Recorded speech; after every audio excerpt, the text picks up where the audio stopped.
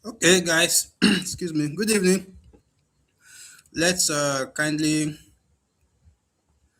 tell the others that they're starting already.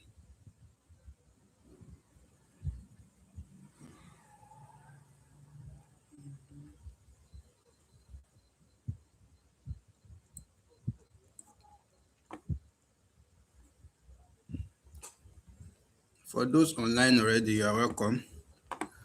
I have Everyday Joy here. I have Sadiq Miriam. I have Khadija Mustafa. You're all welcome. And others that are here. Thank you, Sadiq Miriam. Let's give the video a thumbs up as we join. And we'll go to business traits. Kenneth Chuku, you're welcome. All right, we don't have much time to waste tonight. I noticed that you're having a lot of people in a single day.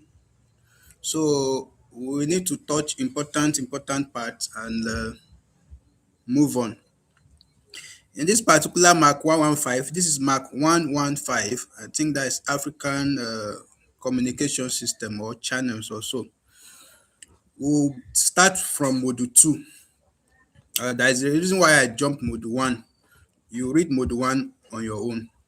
So we'll check module 2, pick out important things, just try to know what the course is all about, the ideas passed and communicated in the course. So that is what we'll be doing. We'll do module 2. The course is having about 6 modules, but short. Module 2 to 6 is what we'll dwell on if we are able to complete it. Then tomorrow, by the grace of God, we will dwell on uh, Mark 1. That one is simple. You see, every other mark you have been doing, if you have been reading them and you prepared well for each exam, Mark 111 is a course that you can use the knowledge you gained from Mark 115, Mark 113, Mark 117. Generally, if you combine them together, you get the idea, you get the details of Mark 111. So if you have done other marks and you pass them, even without reading Mark 111, you will pass Mark 111. I'm not saying you should not read, I'm just trying to show you how they are interconnected, interrelated, that my screen is visible and that you can hear me. Oh, it's like we're having my screen is no longer showing. That's bad. I will need to share it afresh. Let me share it afresh. All right, so I believe it's showing now.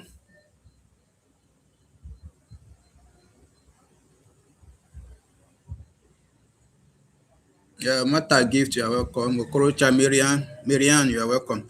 All right, so guys, let's go to business. Traditional channels of communication in Africa. That is the topic we want to treat. Under it, we'll talk about classification of the traditional channels of communication in Africa. We have the verbal and non-verbal communication, and then the comparison between verbal and non-verbal communication. That is all you'll be doing in this module. So let's start with definition. For the purpose of a fair guide, it is necessary to have the meaning of two words in this unit.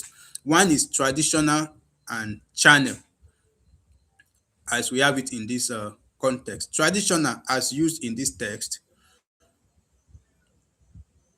refers to cultural institutions, ceremonies, events, and acts of African ancestors observed, practiced, and perpetuated by successors from generations to generation. That is what we mean by tradition in this context. When you check the meaning of tradition in another context, you will likely see another meaning. But in this context that we are dealing with now, tradition means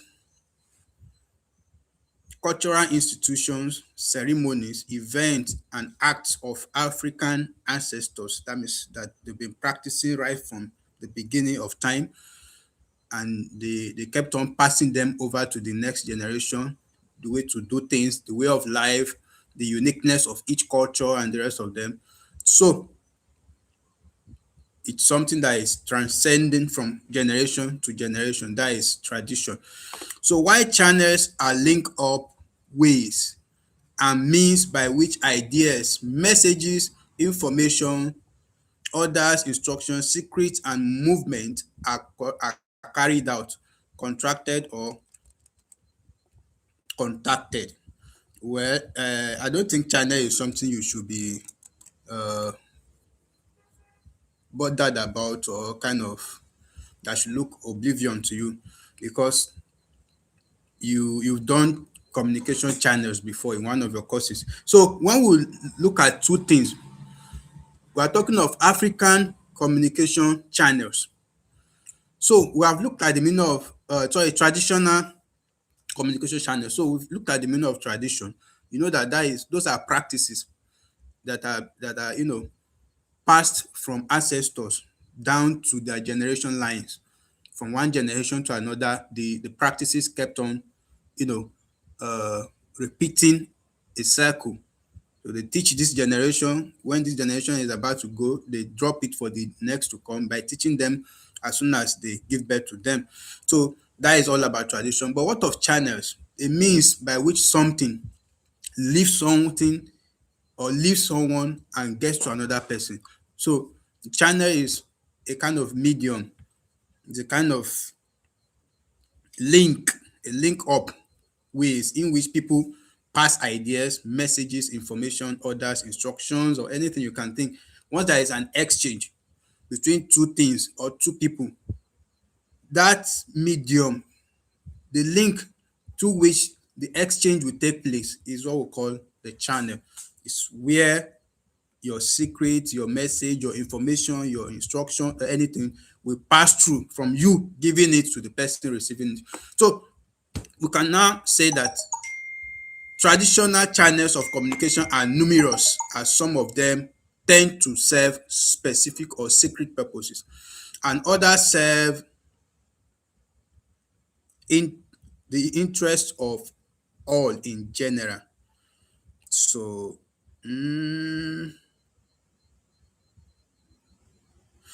okay, let's see ourselves. Yeah, let's see ourselves. I hope guys know that we started already. I hope you guys know we started already. So that is all about traditional channels. Or so we say there are numerous. You should know, because even in your own, when we talk of, let's say, your own tribe alone, we have several tribes only in Nigeria itself. Let's not go to Africa at large. In your own what is it called? In your own tribe alone, you have several ways of doing things, several ways of passing information from one person to another. So let's not talk about the whole Africa at large. So there will be, we know that there will be so many ways in which people of Africa communicate, so many channels through which they send messages to each other. So let's look at we have different types in Africa, like the bells, the cannon shots, drums, anti-factual communication, folk songs, and proverbs, which made Apan conclude that traditional media are more visual than audio. They are more visual than audio. They are more visual than audio. Those are simple facts, but things that your exams might test you. So according to Apan in 19 what is that? 1977, it says that traditional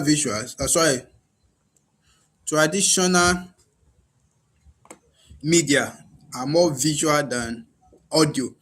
Again, Modun in 1980, that is 3 years after Apan made his observation that since the way Africans sense their own communication, we have them in forms of bells, cannon shots, drums, artifactual communication, folk songs, proverbs, and the rest of them.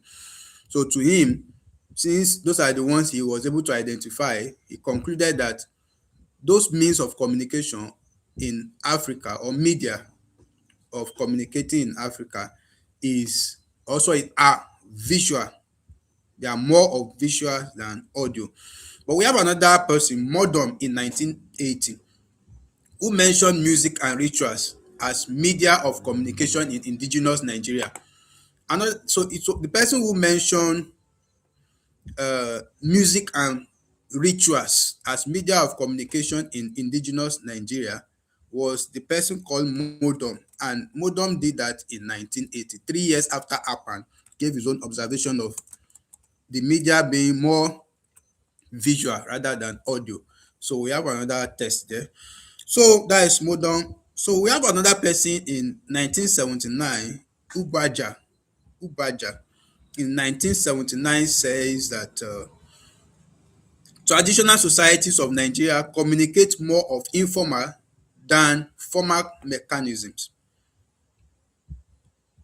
This one is not something that is not something that unique, or what should we say? This is a general knowledge. Like, we know that most of the ways we communicate in Africa, they are mostly informal than formal. Like when we come to our own traditional ways of doing things, most of those mediums we use, they are mostly informal than formal means of communication. So that his own observation is not that serious. Ubaja in 1979 says that most of our communication mediums are informal rather than formal. Well, the thing is that what we are looking at now is the mediums, the media of communication in African society. How are they? What are they? And how do we look at them? So we have different scholars that have said different things. The likes of Apan, who said that they are more visual than audio. The like of Modon, who says that music and rituals are also part of communication in indigenous Nigeria. Then we also have the likes of Ugbaja in 1979, who says they are more informal than formal. So he cited songs, dances, symbols, cult scripts, iconography, linguistic, and marketplace dialogue as channels.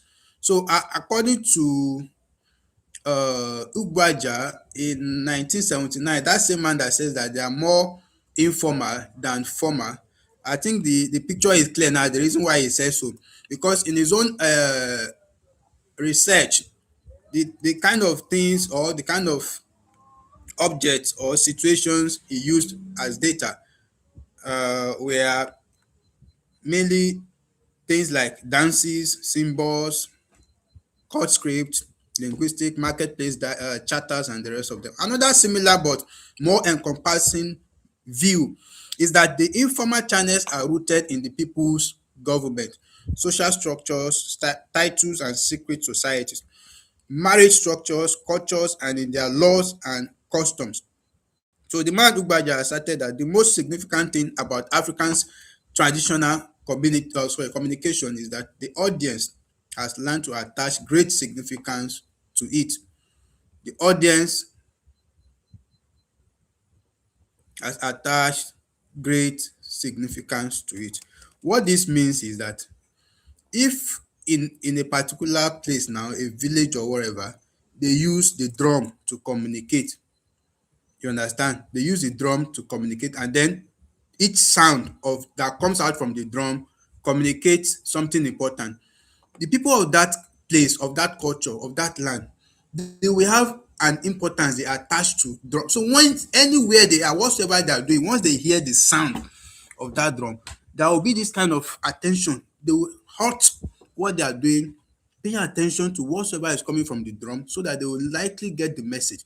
Why is that so? They already attach an importance to the sounds of drum, because that is the channel of communication in their community. So in order not to miss an important information, whenever it sounds, people calm down, they leave what they are doing, they pause what they are doing, and listen to whatsoever the drum is saying. That is the issue of attaching importance to it. Now, local media are also said to have force and credibility, and that puts stability into the African indigenous institutions. So an attempt has been made below to classify them. So all we have been saying thus far is we are trying to look at traditional channels of communication. Traditional channels of communication. We are going to talk about their classifications and the rest of them. So let's try to classify them. We said that they are numerous. There are quite a lot of them. Just imagine how many cultures, how many traditions we have in Africa, and so many of them, they have a unique way of communicating. I think my screen is too tiny. Let's bring it up a bit so that you guys can relate to what I'm reading. I'm sorry about that, and nobody complained about it. Okay, so that is that is it. That is okay. Sorry about that. So we have classification of what is it called?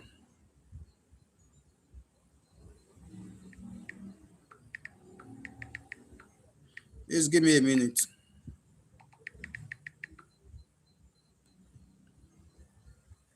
So we classification of traditional channels.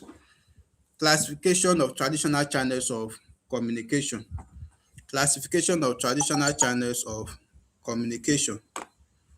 That is uh,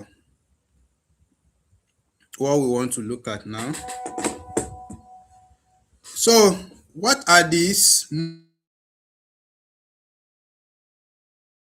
How do they work? What are their functions? Let's look at them. Well, Africa is a large place, so we'll just pick the ones who are able to pick. In Africa, just like every other part of the world, communication may occur without any conscious or deliberate attempt by an information sender. Yes, that is possible. You do it most of the time too. Your actions sometimes when you are just doing your thing solo may be interpreted by someone else and is communicating to the person already. So communication occurs in different forms. It can be verbal or non-verbal. It could be oral or written, formal or informal. It can be international or sorry, it can be intentional or unintentional. Those are ways in which we can have communication. We'll talk about each of them one by one. So don't start saying which one, what is this one, what is this one. So let's test ourselves and see if we are following. So we said verbal or non-verbal. What does that mean? Oral or written. What does that mean? Formal or informal. You should know that one. Intentional or unintentional. How do I communicate unintentionally? We will check that. So they are all interactive and do not exist in isolation. So interrelated, I think they want to say there. So for instance, observers might infer much from others' actions, dress, physical appearance, and body language. Again, the bulk of childhood learning consists of imitation, animals, plants, and inanimate. Oh, sorry. I don't know what's wrong with the network. Just keep doing what it likes. We thank God it's even allowing us to do one or today. You will see it shortly. Sorry about that. So, I think it should show soon. Okay. I think it's back now. All right. So, thank you. The receiver must decode the incoming information against the backdrop of his or her culture. What is wrong with YouTube tonight? Oh, hey, Biko. I've started having connection issue.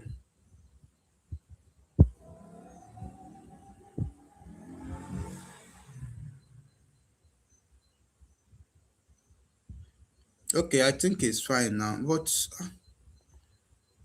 you guys should start praying. Let this thing not start the normal madness it normally do. Let me just hope that the network will be.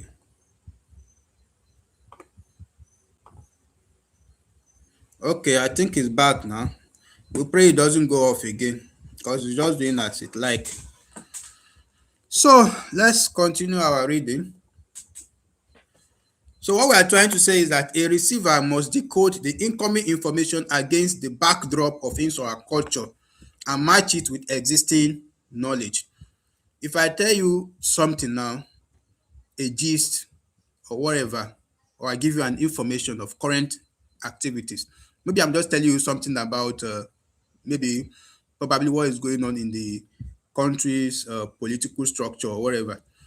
The way you will take it, if I tell three people the same thing, maybe about the current affairs in the country's political system, the way the three of you will receive it will be different. As a matter of fact, you have three different views from what me have delivered as a message. Why? One of the things that will facilitate the difference in your views of the same information is that your culture that you came from,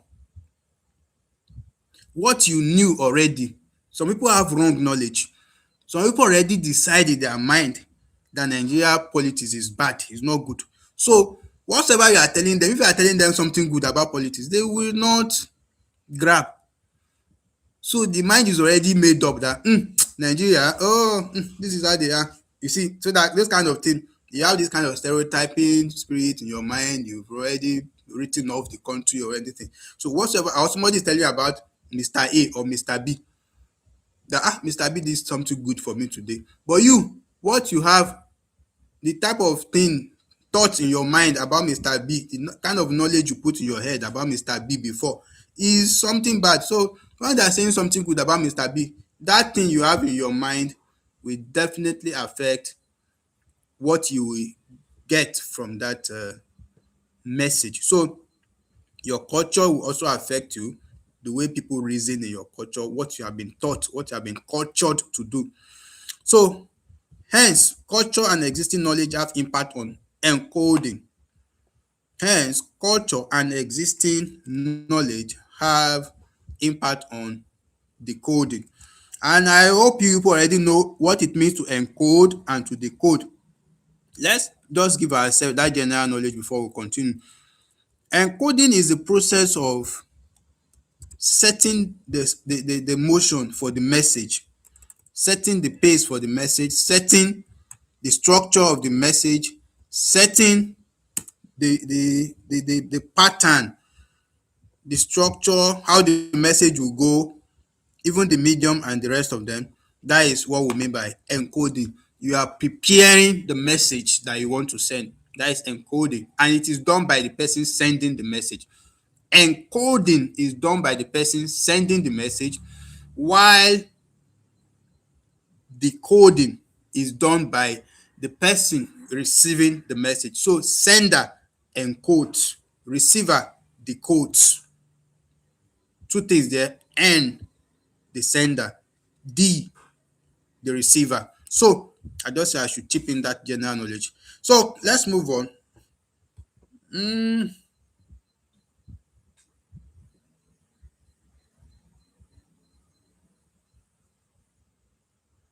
Okay, so according to Ibagere in 1994, there has often been some confusion regarding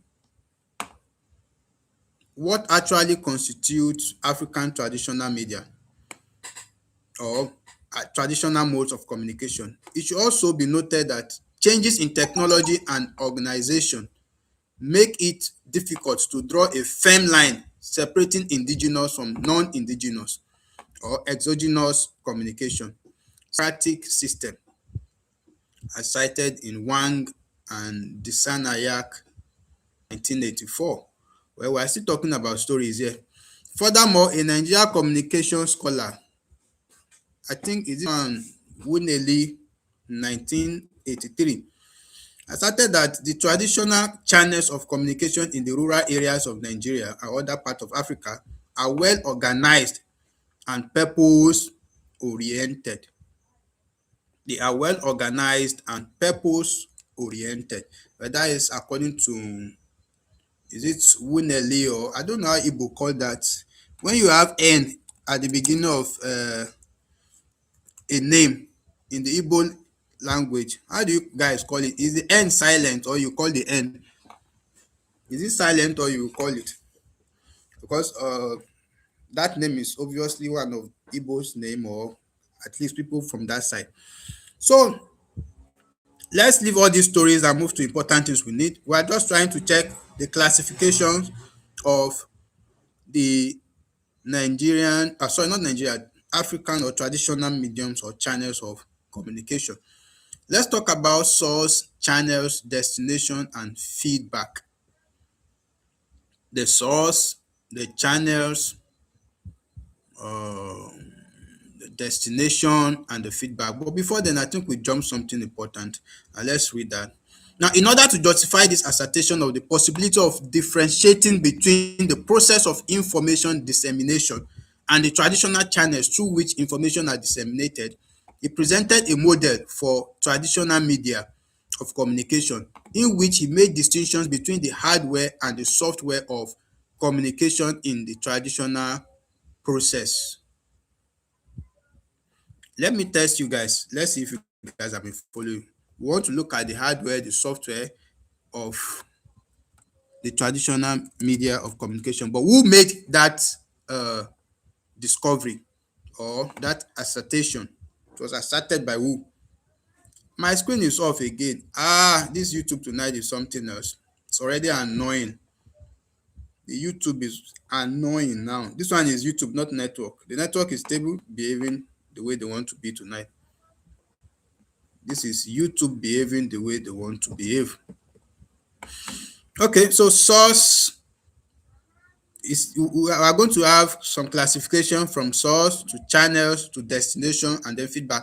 Emirs are one source that we have where information can come from in the traditional settings. The emirs, information can come from there. And what does the emirs, what kind of information do they give? They give speeches. The emirs give speeches, and those speeches they give it to audience. They give it to the audience. And then they will have feedback anyway. We have the chiefs. The chiefs, like in the villages, they use town crier. So when we have a chief in a particular setting, yes, Khadija Mustafa, that is correct. That was the same name I was asking. I don't know if that is an Igbo name, but when you see capital letter N like that, it's likely an Igbo name. So maybe they should help us. Yes, good evening, Abigail Dacholom. You're welcome. YouTube should not dare us tonight. So we have Obas. The Obas are in the local settings of maybe the Yoruba land and the rest of them. They use horseman. So the horseman carried letters from one place or one region to another. That is the channels, the Oba. See, this thing we are doing is very important too. Don't be surprised when they tell you what channels do emirs use. The emirs use what? Speeches. The chiefs use what? Town crier. The Obas, horseman. Elders, they use bells as if they are doing evangelism. The elders are the ones that use bells to communicate to their audience, while other authorities use things like drums, gong, etc. So since traditional communication processes, and mind you, all these things we've just done, those are related to the man, is it Wuneli or Nweli, I don't even know how you call it, 1983. So since traditional communication processes and elements vary from one society to another, that's another thing, sure. A neat classification of indigenous modes and channels of communication in Africa is a tall order, and marginalization of modes and channels is not deliberate, but a function of the person classifying them. So we can say that since this one is not something that needs to be crammed, it's something you know. Considering how many tribes or culture we can record in only Nigeria, to start talking about channels of communication, it's going to be a long list because quite a lot of uh what do we call them? Yes, that is Mark 115. Cultures we adopt different methods of doing the same thing. So there is a person called Dope in 1966. Dope in 1966, uh, based on the process of communication, he explained that people are exposed to a communication whose communicator seeks to achieve a goal or set of goals through a medium or media at a particular site in spite of certain restrictions by means of a message that reaches them in a specified mood. Subsequently, what follows are perception, reactions, changes, and feedback. Wow, this man did a very deep and nice analysis. The man called Dopes. The man called Dopes. He did an intensified analysis. I want to test you guys and see.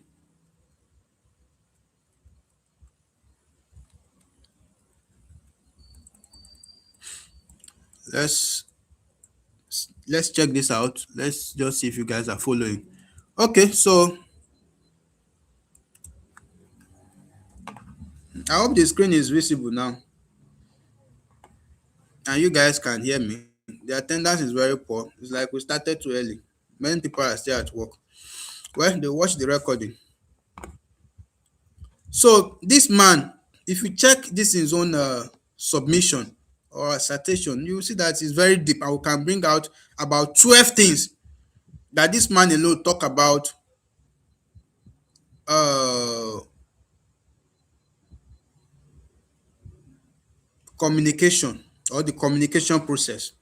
This man gave us 12 different things. One is that the people, when you are communicating to a set of people, people are interested in some things. One is that you that you want to communicate, you have goals or set of goals that you want to achieve for giving that speech or giving that communication. And then you will definitely use a medium to pass your message. You use a medium or a media to pass your message. You must choose a particular site, location. It's also important. Like in the traditional settings, the market square, or when they have to pass a very important thing, sometimes it's always done on the market day. They go to the market square where they know that a lot of people will, even from people from neighboring towns, will also be there to hear the information. So there will be a site. Then no matter the restriction in place, definitely there will be restrictions. Well, what are you passing? A message, and it must reach people in a specified mood. So if the message is an elegy or a kind of, or if it's even something that is uh, uh, a good news, you have to set it in an happy mood. If it's a bad one, you set it in, a kind of deep, reflective, emotional way. So the mood must also be considered when messages are to be. And then after that has been done, something will follow. The thing that will follow, we have perception. After you have done that and the messages or the message has reached the audience in a good or in a bad, any specified mood, what comes from the audience now will be perception, reactions, changes, and feedback. On the part of you, the communicator, you have about eight things mentioned by Dope in 1966. One is that you must have a goal for communicating. You must have a medium or a media. You must have a site where you will situate your delivery. You must know that there will be restrictions, but in spite of the restrictions, your messages must be passed, or your message must be passed. Then you must have a message. Your message will be the one in which you impregnate your goals. And then you must set that message in a specified mood. Depending on the type of message it is, the mood you will use will depend on the type of. You cannot be saying the king, has kicked the bucket and you are laughing. You want to announce to the people in the community that the king has just kicked the bucket, and you go there and be laughing as the person passing that information. You know you are in trouble. So the mood will go with the nature or the type or the situation of that message. So that is on the part of you that you want to give the message, that you want to communicate. But what of the part of your audience or audiences? They will have perception. So if you tell them that this and this and this and this, that people will start having different perception. Mr. A, maybe the Mr. A is a flag. He will think like a flag. His own perception will be different from a choleric or from a melancholy. So different perceptions will come in based on people's way of thinking, experiences, and the rest of them. And that their perception, the way they perceive it, will lead to reactions from them. So why 10 people will hear the same message, you have two different set of reactions. The good ones, maybe you have like 6 people that will react positively. You have like 4 people that will react negatively. That reactions, or sorry, those reactions that you got from them were vectored by their perception of the message that you pass. So the way they perceived the message lead to reactions from them, and then there will be changes. So if the message says, the king says tonight there will be a ritual in the community, nobody should go out after 10 p.m. Let's assume that was the message you went there to pass. And the goal is to make sure that the people of the town are secured from any kind of eventuality that will occur. So you forewarn them, is a warning. So you've given it in a mood that shows seriousness, and people have heard it. So when they hear it, some people perceived it and say, thank God though, this our king is good though. Thank God that they told us, let me call my children, let them not go out. You will still see some people that will say, what kind of village is this? In this 20 something century, imagine this kind of thing happening. What? That is perception. So they will start having different perception in their head. Imagine, and that perception will now start giving reactions. Some will be happy, some will not be happy. So after that reaction is bettered, something will take place. Those that have strong head, they will still likely go out to see what will the ritual do to them, and their eyes will see what they want to see. But some people will adhere to what you've just passed with them. So they know that tonight after 10 p.m. is a hot zone to go outside. So they will remain in their house. Some changes has taken place. Because ordinarily by 10 p.m. the village square is still booming. But a change will take place that day because of the message you have passed. So people will remain indoors by 10 p.m. And then that constitutes the feedback. So let's leave that place. We've read on it. So based on this 12 points that Dope gave in 1966, he isolated 12 variables: the communicator, the goal, the basic media, the extending media, the site, the restrictions, the communication, which is the content or the message. He set the mood, the perception, reactions, changes, and feedback. So it was Dope that described all these points in cyclical process. There was this question last year that last set gave me. They asked a question on cyclical process. It was Dope in 1966. Don't forget, it was Dope in 1966 that gave the 12 communication processes he came up with in a cyclical process. And this is a cyclical process, the 12 of them. Let's look at them. Number 1 is communicator. Number 2, goal. The communicator must have a goal and then must choose a basic media or an extended media. Then choose a site where the communication will take place. Then know that there will be restrictions. And after restrictions, we have number 6, which is, number 7 rather, communication, which is the message you want to give.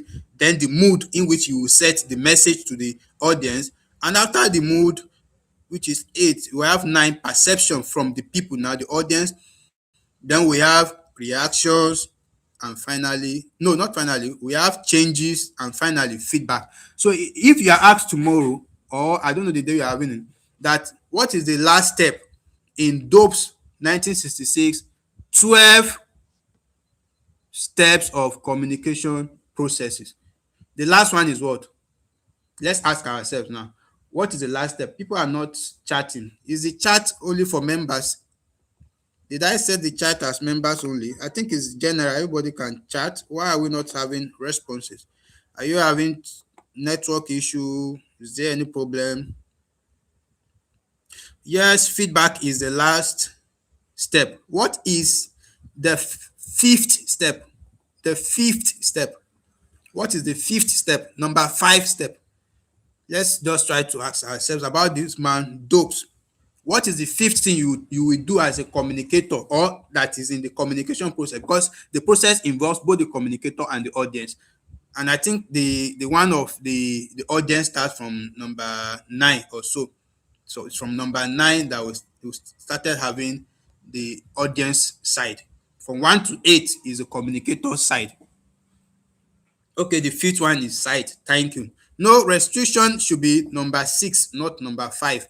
All right, so we've done that. So what is the last step? We said feedback. What is the first step? What is the first step? Let's try ourselves now. That is the last one you answer. All you have been doing so far, or in the past few minutes, we are observing Dope's submission of the communication process. The first one, yes, there is another question there. The first one, yes, Faithful Akuku, you are correct. Site is the fifth one. But I'm asking another question now. What is the first step? We've answered the last step, feedback. The fifth step, site. What of the last step? What is the last step of that Dope's communication process? We have 12 of them. The first one we mentioned was what? Yes, I'll wait patiently for you guys to answer before we move. Communicator, thank you. The reason is that without a communicator, that is the person that wants to give the message. All other steps will be useless.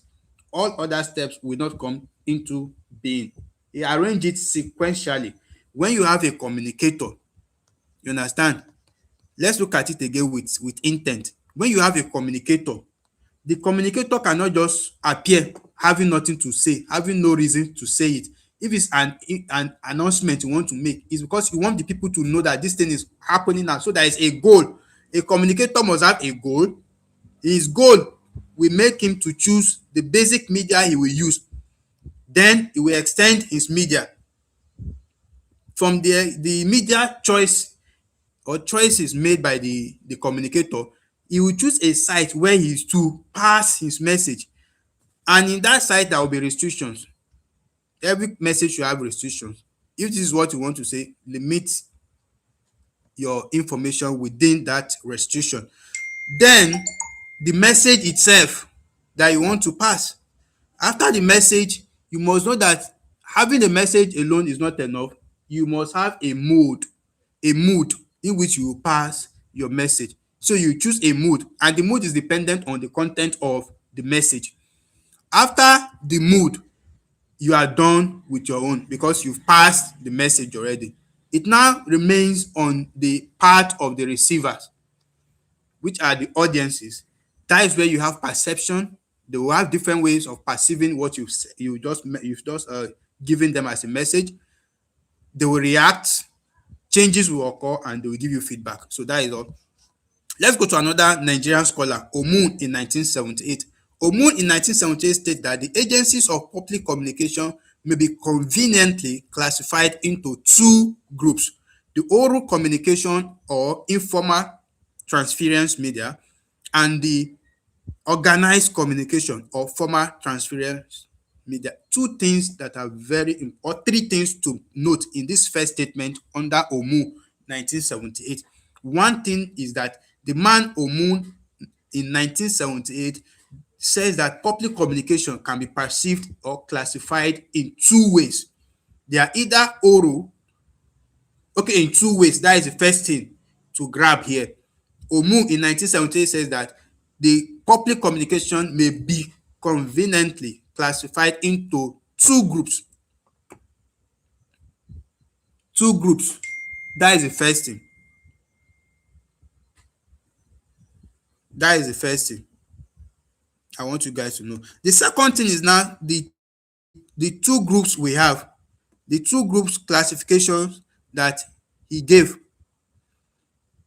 Hold on, I want to test us on something before we move to the second thing. We've stated the first thing now. Now let's see the second thing, but let's test ourselves on that. So the second thing is that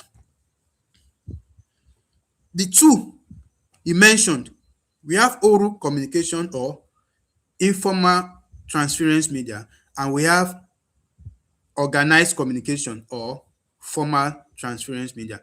So those are the two. Then the third thing to note here is that oral communication is also called informal transference media. Oral communication, the one that you and your brother, you are staying here now, you can see him, you are talking one on one. You understand? It's also called informal transference media. Why the organized communication is called formal transference media. So I also want to test us on this because this look like a very potential question.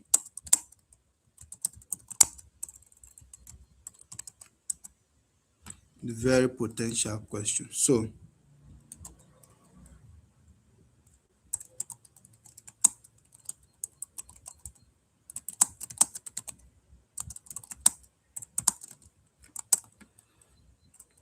okay, so let's see ourselves. Let's answer those questions. So guys, let's move on. We have a lot to do. So you already know three things from this first statement. One, the man Omu in 1978 says that we have two ways of classifying communication, public communication, actually, public communication. And then he gave the two classifications, oral or organized. And he gave other names for them. For the oral could be called informal transference media, while the organized can also be called, or could also be called, the formal transference media. So the media in the first operated in the first, that means the oral or informal transference media, they operate through informal contact between individuals and persons, and essentially did not go beyond the circulation or dissemination of rumors or unofficial information, gossips. We've talked about this in one of your courses we did last. So that is informal transference media or oral communication, which is just the one like I mentioned, you and your brother. You know, when you and your brother sit in the house in the evening, you gossip about everything that happened in the day in your own shop or in his own place of work or in your own school, and so you just unofficial information, just communication, chatters. That is just it. So that is for oral or informal transference. But the formal one, the formal communication or the organized communication or the formal transference media, they are they are more systematic in nature. They are not between persons, not between you and your brother, and not between just two people communicating, but they are between government and the people. They are between government and the people. So the formal one is mostly between government and the people. The tools employed were recognized officials and recognizable sounds, signs, and symbols, while the oral or informal one is one-on-one, you and someone, between people. Now, buttressing the classification of Omu in 1978, we have people like Wilson and Uno. We don't even know that this course is containing, so it's having a lot of names like this. I was thinking we'll just come up talking about drums, town crier, and the rest of them. It is well. So after Omu in 1978, we have some men that looked at what Omu said and they were trying to okay, let's move this thing better. Let's move this thing better. So we have Wilson and Uno in 1991. They stated that in looking at the roles of oral forms of communication, or the roles that oral form of communication play in the indigenous communication network, it is easy to infer that Among the various ethnic groups in Nigeria, communication was more informal than the formal mechanism. This one is not something they even need to say. Everybody knows that one. Everybody knows that in our indigenous settings here in Nigeria, we have more of informal communication than formal. So in his study, another Nigerian scholar, Ore, in 1980, divided local media into several categories. So let's go to another classification. All we have been doing now, all we have been doing since, is trying to classify the communication processes in the traditional setting, the local one, the indigenous one. We're trying to classify them, different classifications, since we say that the table is long because we have several ethnic groups in the country or in Africa. It's going to be very hard for you to just list all the communication processes or channels that we have, but we can classify them using some yardstick, and that is what these guys have been doing. The likes of Omu, Dope, and the rest of them that I've mentioned. So we are going to another man, Ore, in 1980.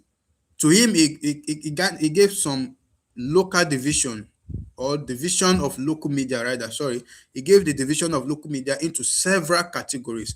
And when you start hearing interpersonal communication, face to face type of communication, a broader level, intergroup communication, communication at mass level, we are referring to the man Ore in 1980.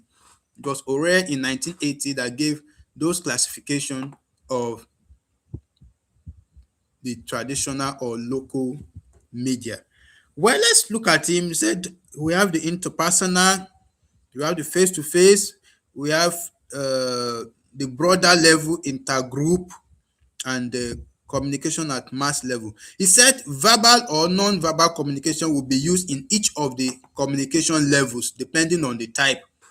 So according to him, all these types he mentioned, interpersonal, face to face, or broader intergroup, or mass level, the type of communication they will adopt, whether formal, verbal, or non-verbal, will be dependent on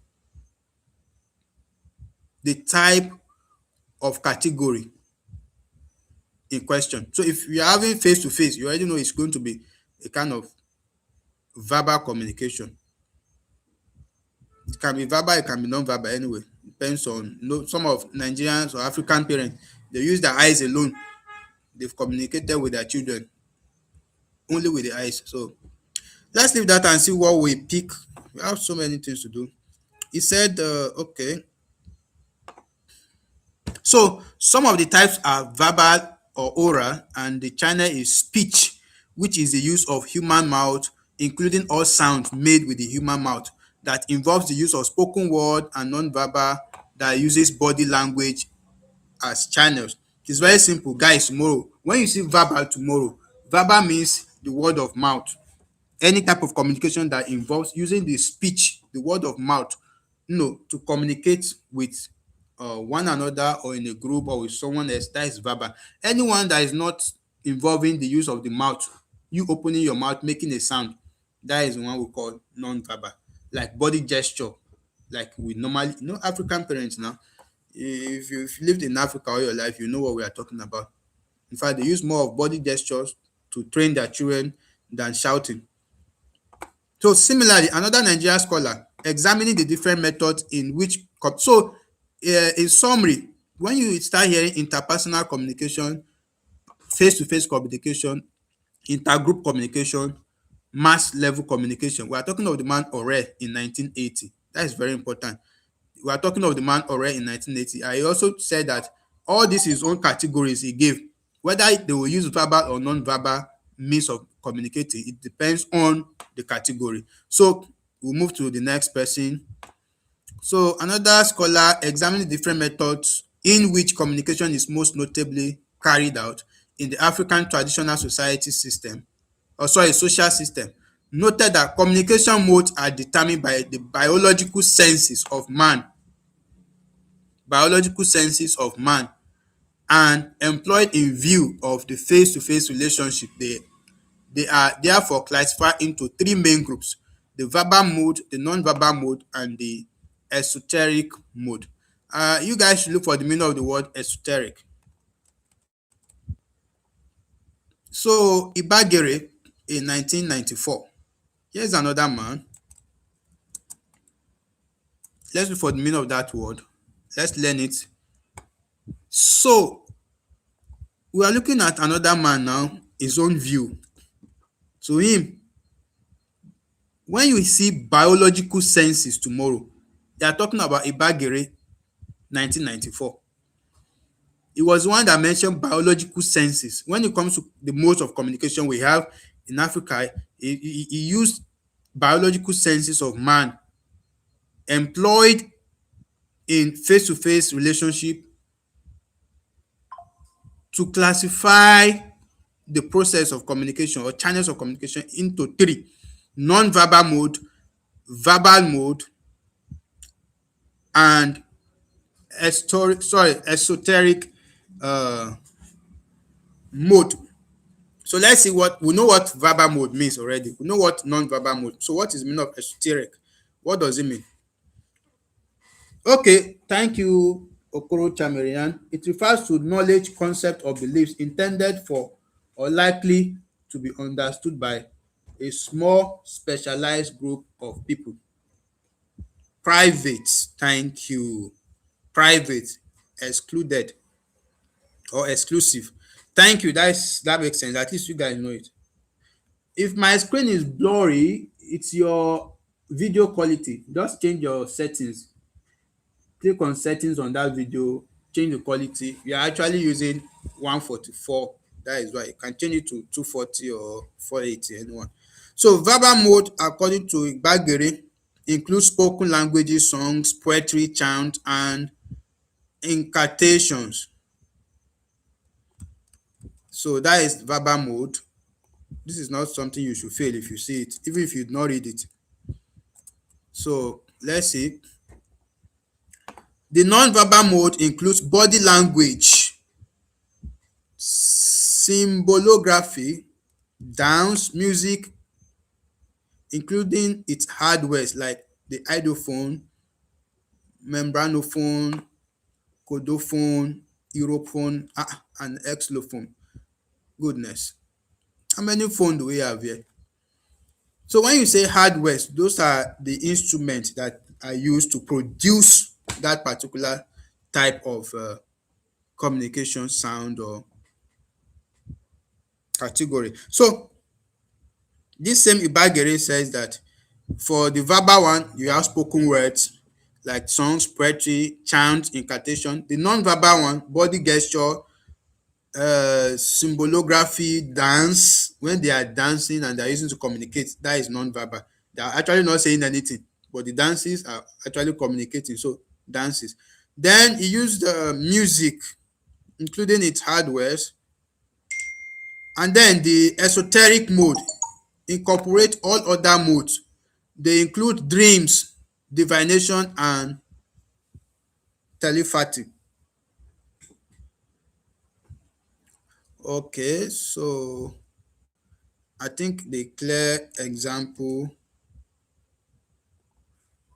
of esoteric has already given us what it means. When you talk about dreams, divination, when you are communicating through dreams or through going to all these the Babalawo house and the rest, consulting mediums and telepathy, those are all esoteric. I think the three modes are very clear now. The verbal, you know that before. Non-verbal, you know that before. Body gesture, body language, symbolography, dance, and the rest of them. And the esoteric, dreams, divination, and telepathy. So we are done with that, man. Wow. So many people talk about this thing. How do you want to know all these their names now? So we have Wilson that made observations on two Nigerian states, Akwa Ibom and Cross River. It was Wilson because this one seems to be more, what do we say now? Since it concerns us here in Africa, so or in Nigeria rather, let's try to put our mind Wilson in 1998, observing Akwa Ibom and Cross River states, came up with classes which he opined that other scholars can contest, but stressed that they provide insight and approximation on the subject. He did not agree with Dope that gave 12 processes. Orel also gave his own. Ubagere also gave his own, divided into three. Ubagere was the last one we just finished, which is verbal, non-verbal, and esoteric. So this man, our own Nigerian man, Wilson, he did not agree with all of them. So he grouped that process of communication, especially using Cross River and Akwa Ibom State as his own sample.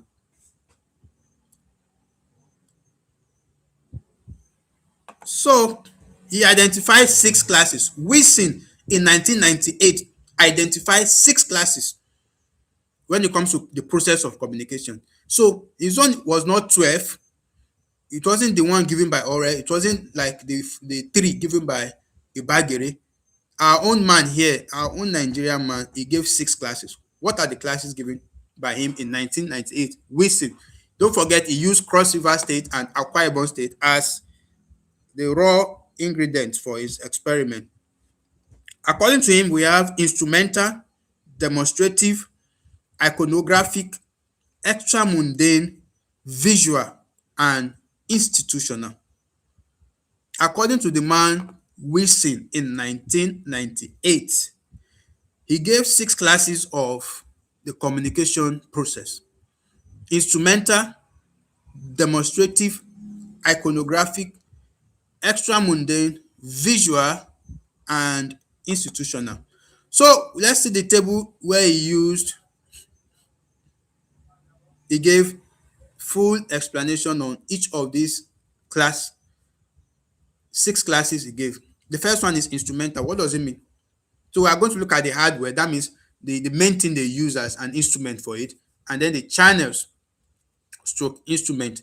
So this table, questions that came on this table last semester was more than 6.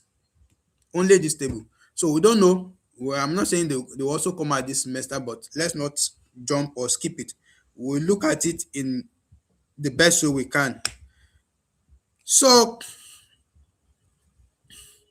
I hope we've not gone too far. What's the time and how far have we gone? Gone 1 hour into the class. We have quite a lot to do.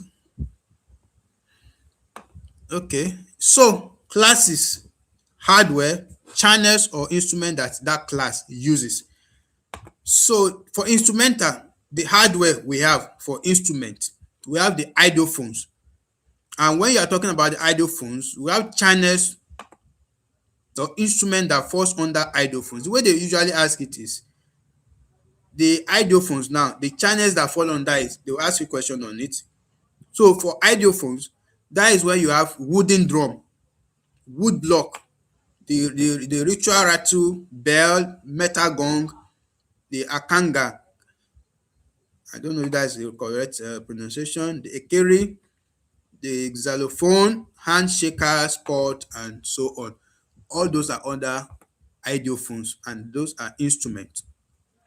Then we have the membranophones. The membranophones. That is like the skin drum. The channel that one uses is skin drum. That is somehow, this one is even easier to recall. Just one instrument under it. The skin drum. Membranophones or membraphones. I think that O is silent. I think that is membrane phones or so. So we have the aerophones.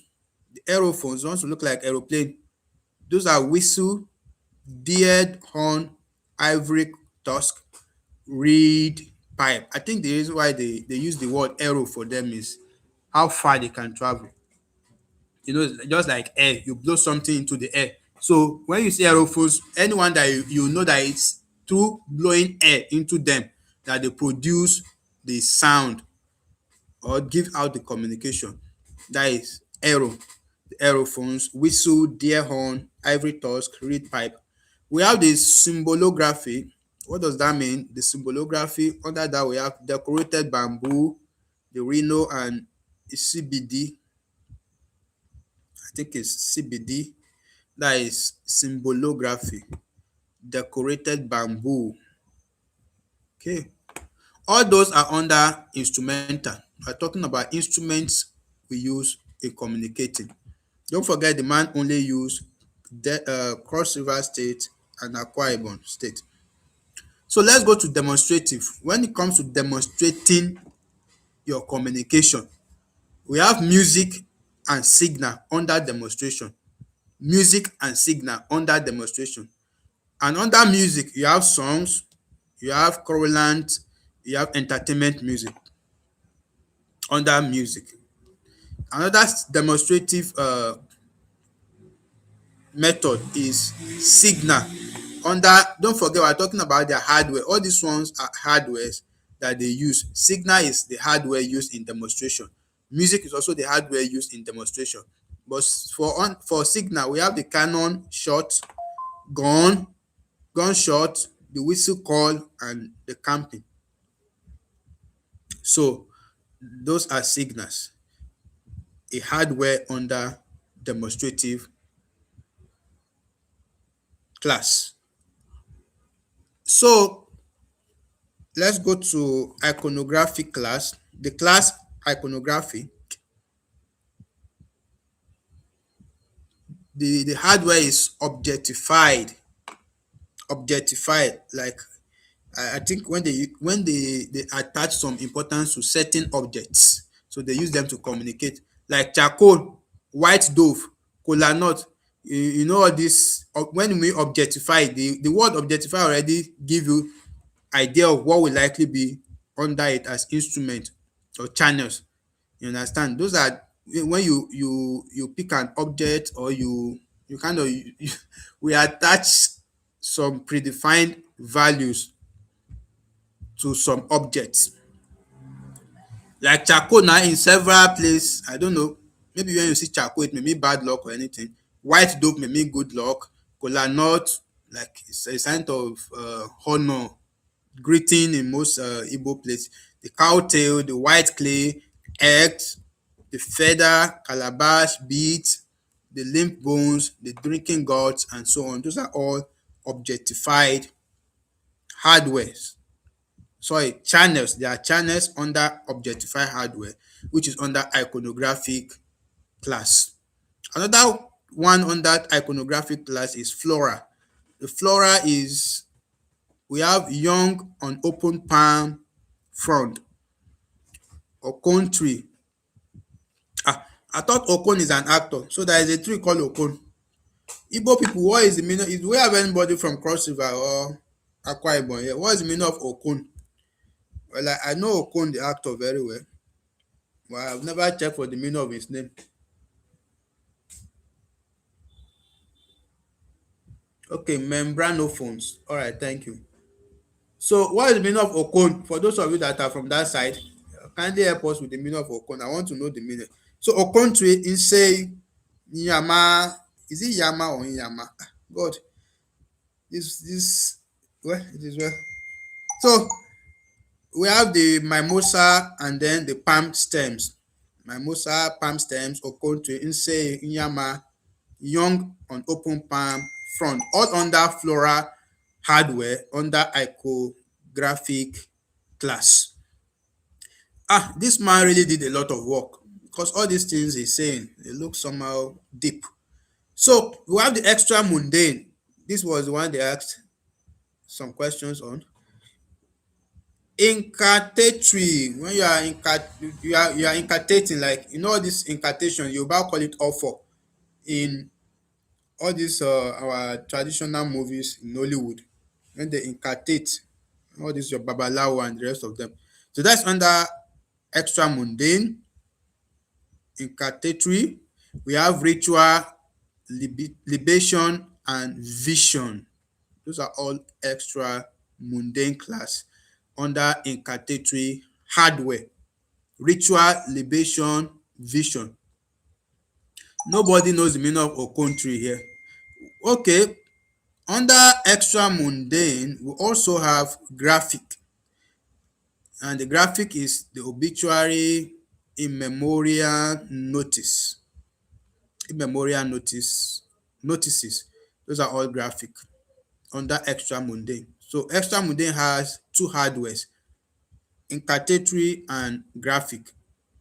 Then we have the visual. Oh, sorry. Extra mundane is only incartatory. I've been checking that. The way they made this that table, they want to confuse the enemy. The visual graphic is under visual, not extra mundane. Extra mundane is only incartatory.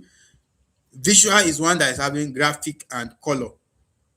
And under color, we have white color, red color, black color.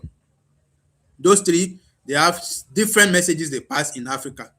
Even on our day-to-day dressing, going out, you see somebody that like wearing black, people tend to say, is it always sad? Because we already know that black seems to be attached to some, some kind of emotional downness or so. So under visual, please, this visual, focus on it very well. They like it so much. They like dwelling on it. So under visual, we have three hardwares. And the way they asked that question, one of the questions actually said, which of the following is not an hardware under the visual class? So under the visual class, we have three hardwares: graphic, color, and appearance. Graphic, color, and appearance. Graphic, color, and appearance. I will not come again. No, please. We don't have time again. You watch it. It's recorded. Don't worry. After the class, visit it. So under the visual, we have graphic, color, and appearance. I have repeated this like 10 times. I know why I'm saying it. Under the visual, we have graphic, color, and appearance. So under the appearance, we have the dressing and the hairstyle. When you just appear, your dressing will likely attract people or say much about you, or the hairstyle you made, whether as a man or as a woman. Those are the first thing people are likely going to see that will impress them about you. The way you dress and the type of hair you have on your head. And if you are even a bad man too, is also going to speak. Then the institution, according to this man, Wilson in 1998, or is it 1994? Wilson 1998. So the institutional talks about the social institution and the spiritual institution. So the hardware for institution is social and spiritual. And then shrine, I know it's a name, but the name will have a meaning now. It will surely have a meaning. For the social hardware under institutional class, we have marriage and chieftaincy. Then for the spiritual, we have shrine and masquerade. So that is all about the table. 6 classes: instrumental class, demonstrative class, iconographic class, extra mundane class, visual class, institutional class. So let's Okay, let's have a very short classwork to test ourselves.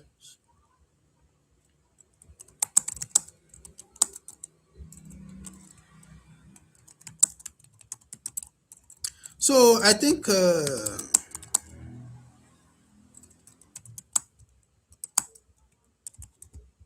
okay, yes, let's just do something there.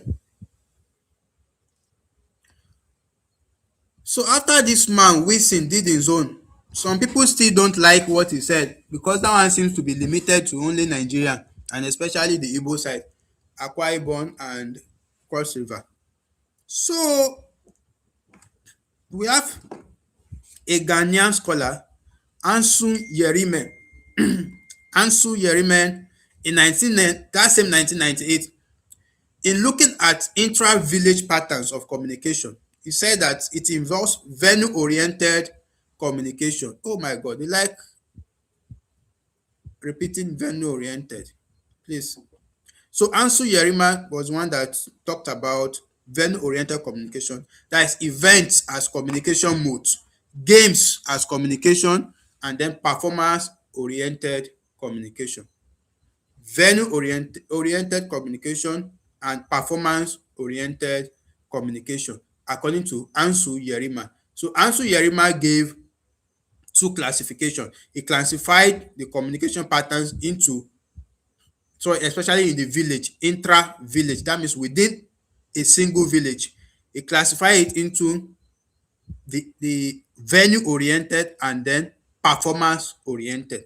That is a Ghanaian, Ansu Yerima. That same 1998 that Wilson gave his own 6 classes by studying Cross River and Akwa Ibom.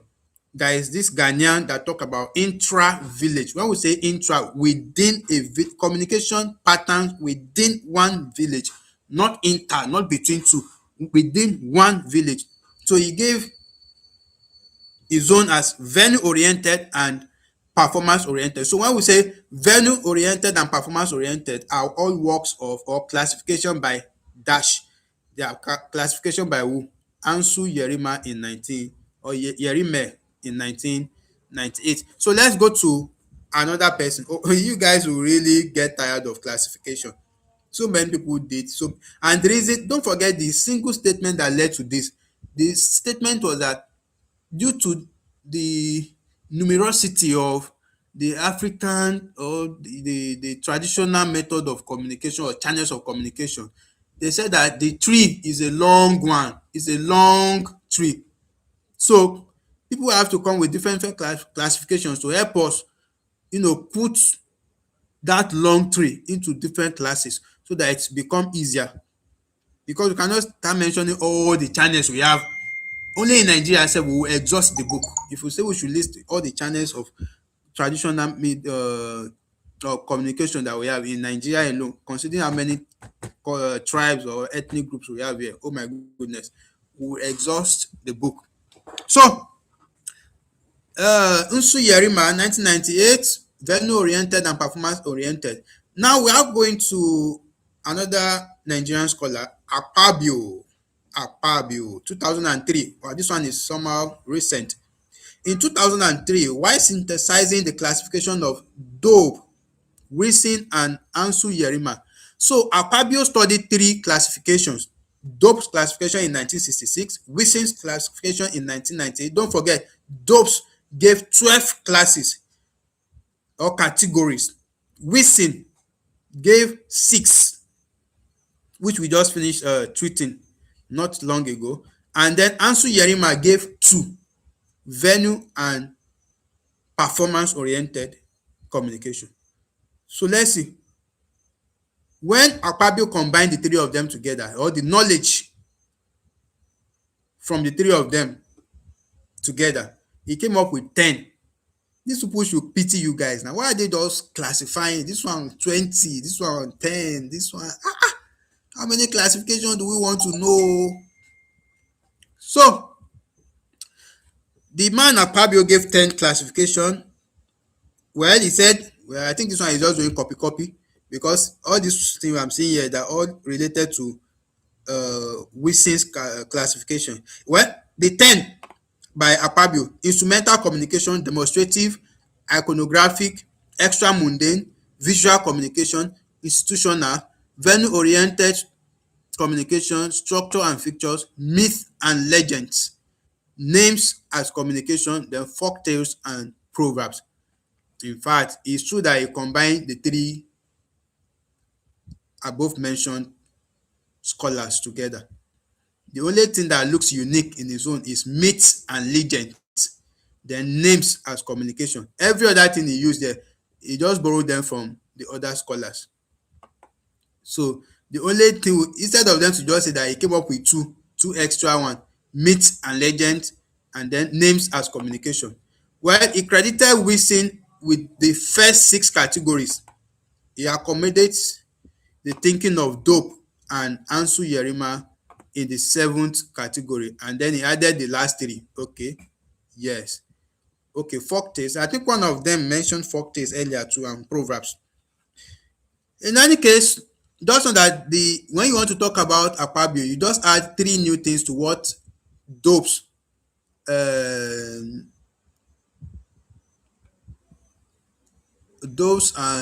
Ansu Yerima and Wilson, what they gave, just combine them together and add myth and legends, names as communication, folk tales and proverbs. So they ask you that Akpabio gave how many classes? of traditional communication. He gave 10. Dobbs gave how many? 12. Wilson gave how many? 6. Nsu Yerima gave how many? 2. Don't forget all those.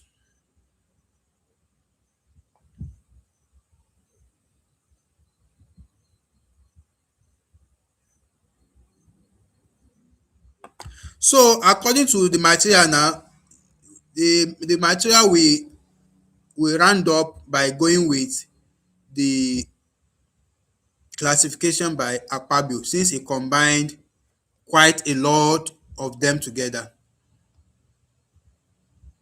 So we are going to choose Akpabio's own and then add some other ones that he did not pick, like verbal and non-verbal.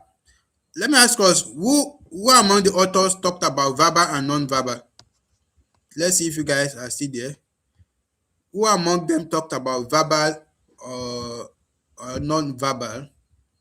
I think it was the same person that talked about oral or informal transmission, transference media, and the organized communication or formal transference media. It was one that said that the nature, oh sorry, the method that will be used, whether verbal or non-verbal, will be dependent on the type of message. Who was that man? So we are done with this unit. Thank God. I'm even tired of mentioning names. So who was that man that gave that? If you guys can see, okay, Orel. Somebody said Orel 1980. Another person said Omu. So we're having conflicting ideas. Let's see more votes. Let's see more votes so that we choose. So under verbal and non-verbal communication, it's not something we should really dwell much on. The verbal communication has to do with speech, the words of mouth, sound, anything that comes out of the mouth, verbal. When we talk about non-verbal, we are talking about gestures, body gesture like dances, when you, okay, let's read a bit, but we are just going to paraphrase this place. We are not going to be reading like in depth. Like, the reason why I have to dwell much on that place, that last part, was that that part was really dealing with some important figures which we need to read about. Verbal communication refers to direct contacts and actions of or words of mouth. Verbal communication refers to direct contacts and actions or words of mouth. People communicate through discussions and songs. So that is verbal communication, direct contact or words of mouth. It's as simple as that. It is not something you should fear. I do not expect anybody to fear this one if you see it tomorrow or sorry on Thursday or so. So that is verbal communication. In many places, the most important channel for the circulation of news information is the word of mouth, which is the verbal, the verbal, the verbal. You use that every day. You use that every day. So verbal communication, Orel in 1980. So the person that said Orel in 1980, clap for yourself. You are doing well. You got it. Orel in 1980 divided verbal communication into 3 main groups. The first, which is spoken communication, consists of simple statements, proverbs, and riddles and narrative. The second group, narrative folktale, characters of folktales, which contain both animals, human, and super characters. So Orel divided verbal communication into 3: spoken communication,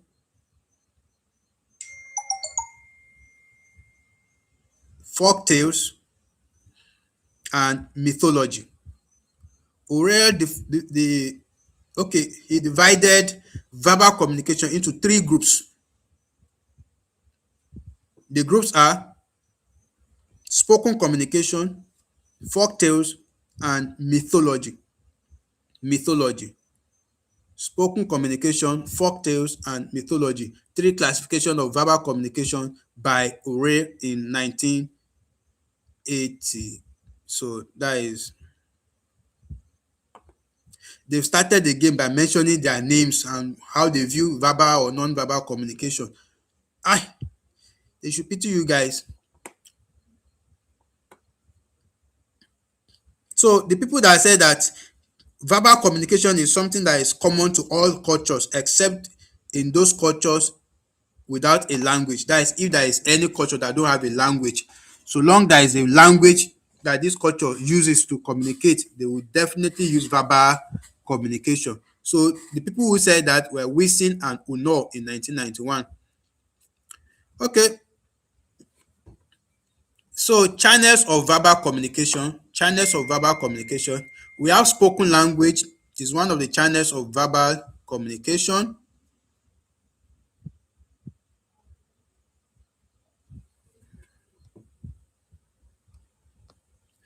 Language communicates one's cultural area of origin. Language communicates one cultural area of origin. Dat one is not even something they need to tell me. Shey I don't know ni? If I hear Hausa speaking now, I know that is somebody from the north. If I hear Igbo speaking, I know those are south or southwest, sorry, or southeast or anything. So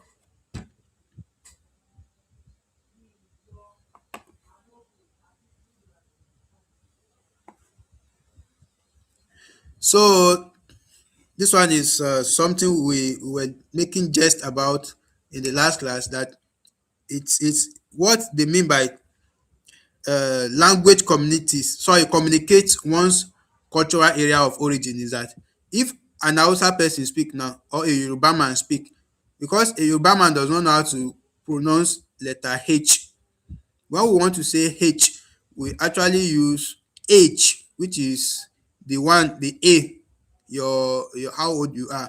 So that is the thing. The place where the Yoruba person is supposed to use the letter H, they will remove it. Where they are not supposed to put it, they will put it. When the Yoruba person is to say house now, it's going to say house. House is what it's going to say. So those kind of things too are also part of things that, oh my goodness, guys, my battery is low. My battery is, I mean, sorry, the PC is low, not my own battery. My own battery is okay, but the PC battery is low, it's on 6%.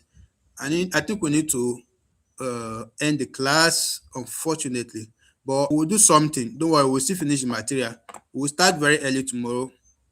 If there will be no light tomorrow, and the light has been there since morning. If there will be no light tomorrow, then I will get fuel. We'll make sure we do all we need to do and also finish the other one. Mark one is very